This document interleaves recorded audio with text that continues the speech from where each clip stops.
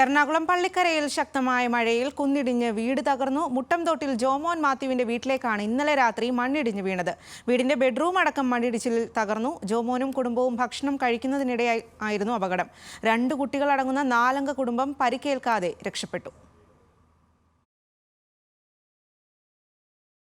വലിയൊരു അപകടമാണ് ഇന്നലെ രാത്രി 10 കൂടി ഉണ്ടായത്. നമുക്കതിൻ്റെ ആ ദൃശ്യം കണ്ടാൽ മനസ്സിലാവുക എന്തു വലിയ രീതിയിലാണ് മണ്ണ് ഇടിഞ്ഞു വന്ന് ഇവിടെ നിൽക്കുന്നത് കാണാൻ കഴിയും. ഈ വീടിൻ്റെ 2 മുറികളും പൂർണ്ണമായും തകർന്ന രീതിയിലാണുള്ളത്.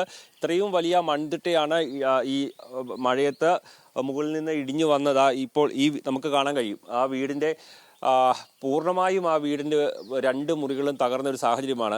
ഈ ജനൽ ഈ മണ്ണ് വന്ന് ഇടിച്ചതിൻ്റെ ഫലമായി ജനൽ ഉള്ളിലേക്ക് തെറിച്ചു പോയ ഒരു സാഹചര്യമുണ്ട്. നമുക്കറിയാം ഈ ഒരു റൂമിലാണ് ഇവർ സാധാരണ കിടന്ന് ഉറങ്ങുന്നത്. ആ സമയത്ത് ഇന്നലെ അവർ വളരെ താമസിച്ചാണ് ഭക്ഷണം കഴിച്ചത്. അതുകൊണ്ട് അവർ ഈ ഒരു റൂമിലേക്ക് എത്തിയിരുന്നില്ല. അതുകൊണ്ട് മാത്രമാണ് വലിയൊരു അപകടം ഒഴിവായത്. ആ ഒരു റൂം, അവർ കിടന്നുറങ്ങുന്ന റൂം, അത് പൂർണ്ണമായും തകർന്നിട്ടുണ്ട്. വലിയ കട്ടയും മണ്ണും ചെളിയും എല്ലാം ആ റൂമിലേക്ക് വന്ന് അടിഞ്ഞാൽ സാധാരണ കിടന്നുറങ്ങാറുള്ള ആ കട്ടില് പൂർണ്ണമായും തകർന്ന ഒരു സാഹചര്യമാണുള്ളത്. എന്തായാലും നമുക്ക് ആ വീട്ടുടമസ്ഥന്റെ ഒരു പ്രതികരണത്തിലേക്ക് അടക്കം ഇപ്പോൾ പോകാം. ആ 10:30 ആ മഴ പെയ്തപ്പോൾ എന്തോ ശബ്ദം കേട്ട് അപ്പോൾ താഴത്തുനിന്ന് ചെറുതായിട്ട് മണ്ണ് ഇടിഞ്ഞുകൊണ്ടിരിക്കുന്നു. അപ്പോൾ ഞങ്ങൾ ചോറെടുത്ത് വെച്ചിരിക്കുന്നു. മൂത്ത കൊച്ചിനാണെങ്കിൽ ഓൺലൈനിൽ പരീക്ഷ കഴിഞ്ഞ് അവൾ ഇവിടെ ഇരുന്ന് പരീക്ഷ എഴുതി ടീച്ചർമാർക്ക് അയച്ചു കൊടുത്തു കഴിഞ്ഞിട്ട് അവളെ അകത്തേക്ക് വിളിച്ച് ചോറിനടി ഇനി ഇത്ര നേരമായില്ലേ മഴ പെയ്തുകൊണ്ടിരിക്കുന്നു, നല്ല മഴ വന്നത് എന്നും പറഞ്ഞ് അകത്തേക്ക് കയറി ഭക്ഷണം കഴിക്കാനിരിക്കുന്നല്ലോ. ഭക്ഷണം കഴിച്ച് ഞങ്ങൾ ഇളവന് കൊച്ചാണെങ്കിൽ ഇവിടെ നിന്ന് കളിക്കുന്നത്. അവനെയും വിളിച്ച് അകത്തേക്ക് കൊണ്ടുപോയി. അകത്തേക്ക് എപ്പോഴേക്കും 2 പേരും കൂടി ചെളി കുളിച്ച് ഈ ജനൽ വന്ന് അടിച്ചിട്ട് ഇളയ കൊച്ചിൻ്റെ കൈ പോറി അവൻ്റെ ഇളയവൻ്റെ. ഇന്നലെ മകൾക്ക് പരീക്ഷ ആയതുകൊണ്ടാണ് തോന്നല്ലേ ഭക്ഷണം കഴിക്കാനൊക്കെ ലേറ്റ് ആയത്. അല്ലെങ്കിൽ സാധാരണ നിങ്ങൾ കിടന്നുറങ്ങുന്ന റൂമാണ്. അപ്പം അങ്ങനെ ആയിരുന്നെങ്കിൽ ഇപ്പം ആരും നേരം വെളുക്കുമ്പോൾ ഉണ്ടാവില്ല.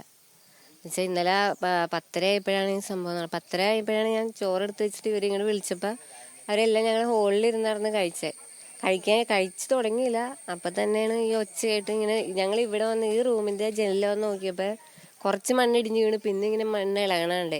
അങ്ങനെ തന്നെ ഞങ്ങൾ ഓടി പുറത്തേക്ക് പോയി. പക്ഷെ അപ്പോഴത്തേനും ഞങ്ങളുടെ മേത്തൊക്കെ ചെളി വന്നടിച്ച്.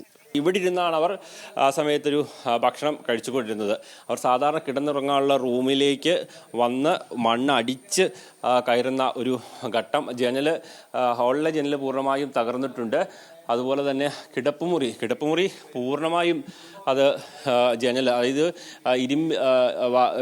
അതിൻ്റെ ജനൽ നമുക്ക് നോക്കിയാൽ ജനൽ പൂർണ്ണമായി ഇടിച്ച് ജനൽ ഉള്ളിലേക്ക് തെറിച്ച് പോവുകയാണ് ചെയ്തത്. അത്ര ഭീകരമായ ഒരു രീതിയിലുള്ള ഒരു മണ്ണിടിച്ചിലാണ് ഉണ്ടായത്. നിലവിൽ അവർക്ക് ഈ ഒരു വീട്ടിൽ താമസിക്കാൻ കഴിയുന്ന ഒരു സാഹചര്യം ഇല്ല. സ്വാഭാവികമായും ഈ വീട്ടിൽ നിന്ന് മാറി താമസിക്കേണ്ട ഘട്ടത്തിലേക്ക് കാര്യങ്ങൾ എത്തും.